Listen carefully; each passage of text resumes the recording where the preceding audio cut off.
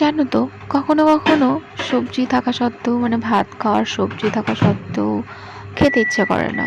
কেন যে এরকম হয়, আমার সঙ্গেই এমন হয়। আজকে যথারীতি মাছের ঝোল ছিল, আলু ফুলকপি দিয়ে একটা মিক্স সবজি ছিল, আর মিষ্টি কুমড়োর পাট ভাজা করছিলাম এদিকে।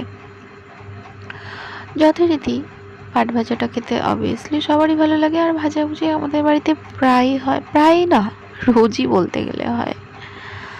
তো এদিকে আমার হয়েও গেল, গরম গরম ভেজে নিলাম একটু, আর এদিকে ভাতটা গরম করে নিলাম, নিয়ে খেতে বসলাম। এই যে সুন্দর করে সাজিয়ে গুছিয়ে খেতে ভালো লাগে।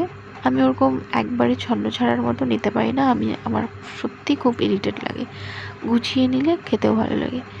কিন্তু আজকে যে আমার কি এমন হয়েছিল, মানে যখন আমি খাবারটা খাচ্ছিলাম, কেন যে আমার এক ফোঁটাও খেতে ইচ্ছা করছিল না, আমি খেতেই পারছিলাম না। তো কোনো রকমভাবে পাট ভাজাটা দিয়েই ভাতটা খেলাম, আর একটু ভাত আলু দিয়ে ম্যাশ করে নিয়ে আমি আমার পুচকুকে খাইয়ে দিলাম।